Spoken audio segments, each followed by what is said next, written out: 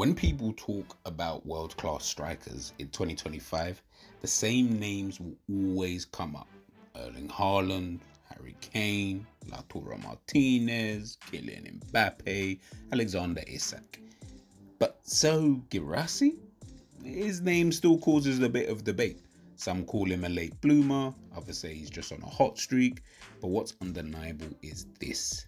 His rise has been remarkable. Guirassy's story isn't the classic wonderkid trajectory. He was born in France and his career path took him through Ligue 1 with Laval and Auxerre, a failed stint in Germany with FC Cologne, and a steady rebuild through Amiens and Stade Rennais. There was no headline-grabbing move, no teenage breakthrough at the top level, just quiet, gradual progress like the majority of footballers today. But for Guirassy, it wasn't until the 22-23 season at Stuttgart when things finally started to click. Stuttgart were fighting relegation and Guirassy, out of nowhere, just became their most important player overnight. His physicality, his movement, his ruthlessness inside the box, all traits he'd sharpened over a decade of learning the hard way, suddenly made him one of the Bundesliga's most feared finishers. Fast forward 2 seasons, and now Guirassy wears the famous yellow and black of Borussia Dortmund. He's no longer fighting to keep a club afloat. Now he's tasked with firing Dortmund to Champions League semi-finals and keeping pace with players like Harry Kane in the Bundesliga scoring charts. He's no longer under the radar. The question is no longer whether he can score goals. The question is Serhou Guirassy genuinely world class?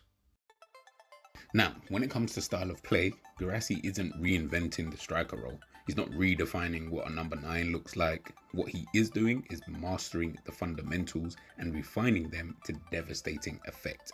First and foremost, Guirassy is a penalty box predator. His movement inside the box is arguably his greatest strength. While he doesn't have blistering pace, he reads defenders superbly. He's brilliant at finding half a yard of space at the precise moment a cross is delivered, whether it's pulling off the shoulder of a centre-back, ghosting between defenders, or attacking the near post. Guirassy makes smart, efficient runs that often go unnoticed until it's too late. Physically, look at him. He is just imposing. Nearly 6'2", with a strong build, he bullies defenders. He pins them, wrestles them off the ball, and holds up play well enough to bring others into the game. He's not a technical genius in tight spaces like a Benzema, but his link-up play has improved significantly throughout the years, especially since moving to Dortmund, where the system demands more of him. He learned when to drop deeper to relieve pressure and when to stretch the backline. But with all that being said, make no mistake, his bread and butter is still his finishing. Right foot, left foot, headers, it actually doesn't matter. He's shown composure in 1v1s and is ruthless when presented with clear chances. His XG over performance in both 22-23 and 23-24, it wasn't luck. It speaks to the quality of his finishing, his positioning, and his anticipation of rebounds, deflection, and mistakes. One under-discussed part of his game is how often he takes high percentage shots. Guirassy rarely wastes opportunities shooting from distance. He stays within areas where goals come from, inside the box, often inside the 6-yard box. That discipline is why his goals per 90 and expected goals metric have stayed so strong. And at Dortmund, especially under Niko Kovac, more structured system in the 24-25 season, Guirassy has also been tasked with occupying defenders more deliberately. He drags centre-backs away from space, freeing up the likes of Karim Adeyemi and Gittins before he of course joined Chelsea to exploit the channels. He's adapted, he's no longer just a poacher, he's become a focal point. Guirassy is not flashy, he's not there to impress with dribbles or skill moves, he's there to just score goals, create space and make life hell for centre-backs. And right now, very few do better in Europe.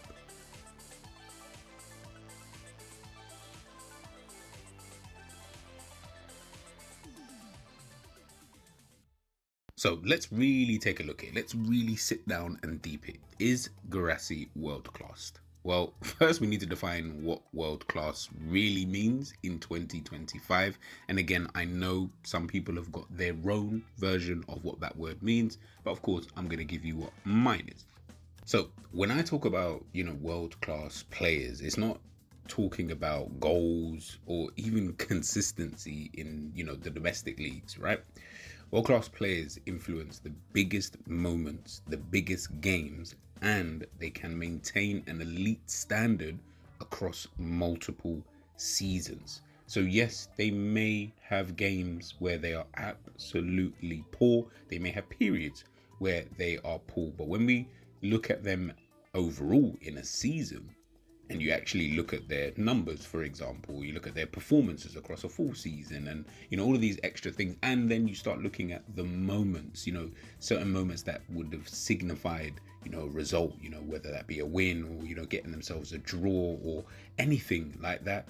That's when I start looking at players as world-class players. They can deliver regardless of the system, the opponent, the occasion, and they often stand out not just statistically but stylistically. They make defenders, midfielders, and just opponents in general fear them. So the question is, where does Guirassy fit? Does he fit into my definition of world class? Does he fit into your definition of world class? He's undoubtedly one of Europe's most reliable goal scorers right now, especially over the last 3 seasons. His numbers, they speak for themselves. In all the time that he's been in the Bundesliga, so the last 2.5 seasons across 2 teams, he has scored 60 goals in 80 games. That is what you call consistent performing. He's adapted well to a high level at Borussia Dortmund. He's added link-up play and positional responsibility, to his toolkit. The question is he there yet? Here's the catch with someone like Guirassy. He still lacks a certain body of work at the absolute highest level. He's yet to define, say, a Champions League final on his own. He's yet to dominate consistently against Europe's true elite. The Bayerns, the Cities, the Real Madrids, the teams, with world-class players are ultimately judged against.